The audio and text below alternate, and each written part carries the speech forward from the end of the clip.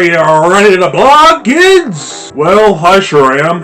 And I think real quick, before we delve deep into the deep blue sea, I'm going to mention a YouTuber by the name of Koopa Eliminator. I do not know him personally, but I do associate him as the SpongeBob expert, at least when it comes to the gaming side of things. I mean, you know, he isn't exclusively SpongeBob, but well, I did happen to help a brother out. Because about a month ago, he posted a video where part of the audio was cut off. So I left him a comment notifying him about that, and he re-uploaded the video.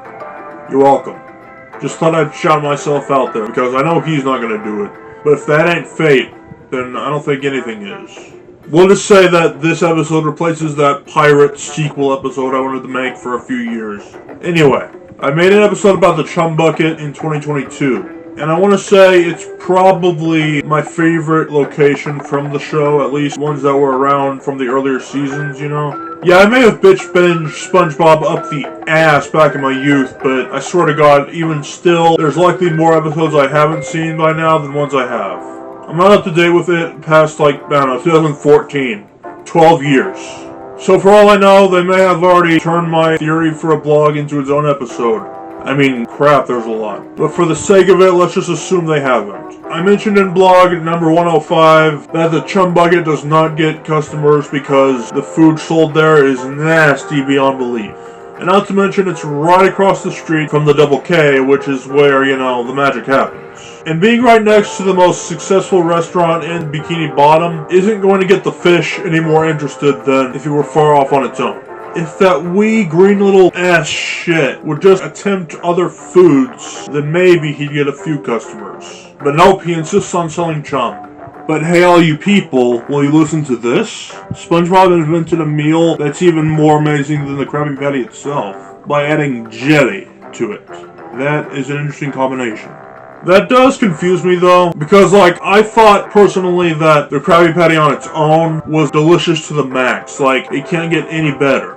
At least down in the ocean. But yeah, SpongeBob did say that it can be as fulfilling as a million burgers, which is probably more burgers than you will eat in your whole lifetime. So, does it need to be that fulfilling? The point is, I just thought that that was perfection. Fuck it, who cares? So they basically took a near-perfect formula and made it completely perfect. Whilst at the same time, Mr. Krabs being the most big-ass cheapskate that any human has ever created as a fictional character, he would abuse the jellyfish to get them to ink out all that jelly. SpongeBob tried to rescue them, but according to him and a bunch of other jellyfishers, the guidelines are that when you catch a jellyfish, you're supposed to take a little bit to make it get the jelly into the jar, and then you release it. And that way it, you know, reproduces jelly, and you catch them, do the same process repeatedly over and over again. Holding them captive will likely kill them. At least if it's for too long. And Mr. Krabs' machine must have been broken or something, because if I recall, he was like, "It'll only open if I say open." He said open twice, and it didn't open the first time. Anyway, back to the point here. Captivating jellyfish sounds a lot like something Plankton would do. I think we all know by now that he keeps tabs on Krabs almost 24/7, without him knowing about it all the time. So this leads me to wonder, why hasn't Plankton tried to get his ass to Jellyfish Fields and get some jelly? He constantly tries to steal the thing that he has failed almost every single time. Except for once, which was in the movie, of course. Which I believe is supposed to be the canonical ending to SpongeBob anyways. We're not talking about Plankton the movie. Well, there's really only one thing wrong with that, though. According to what I have googled, Plankton has been to Jellyfish Fields very few times in the show, after like hundreds of episodes. Very few times, and I think I get why. It's because, you know, jellyfish eat plankton. Fun fact of the day, I could have learned 20 plus years ago, but I just now learned it. It scares him too much to go anywhere near that place. In fact, before I googled it, I really only knew of like one instance when he went to Jellyfish Fields. That being in the episode FUN. Fuck me in the what?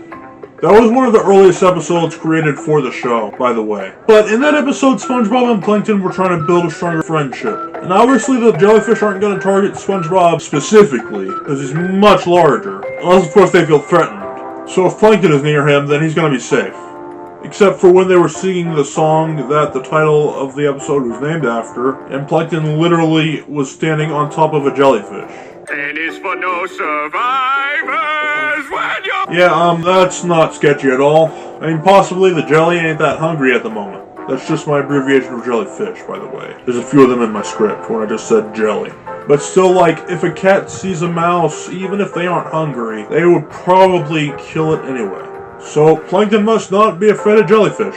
And besides, that wasn't the only instance where he visited the fields. If I recall from Google, there was one other instance. He went to the fields to try to plan out where to place a big-ass highway, going straight through it. It didn't actually happen because, you know, citizens protested and it didn't get signed off by the mayor. So I guess that would be an act of terrorism, which, I mean, that's basically what he is. But the point is, why does he care to build a highway at all? That's not his expertise.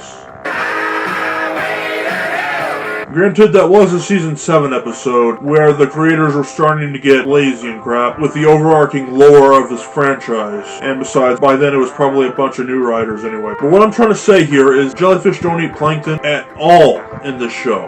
Not even once. Unless, of course, it's in a newer episode. But I doubt it.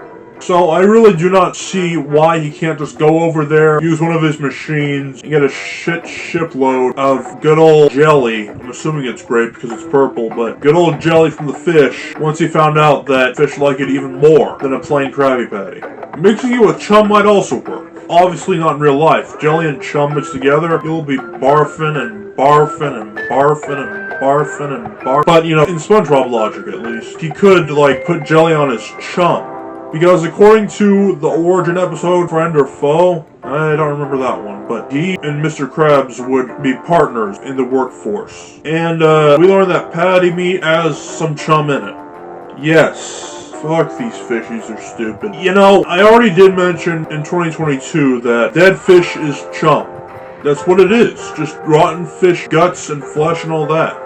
And I already went in depth in that whole spiel on how Plankton should be in prison and Chum Bucket should be closed down. But now the Krusty Krab is selling this chum, at least parts of it in the patty. Calm the crap on.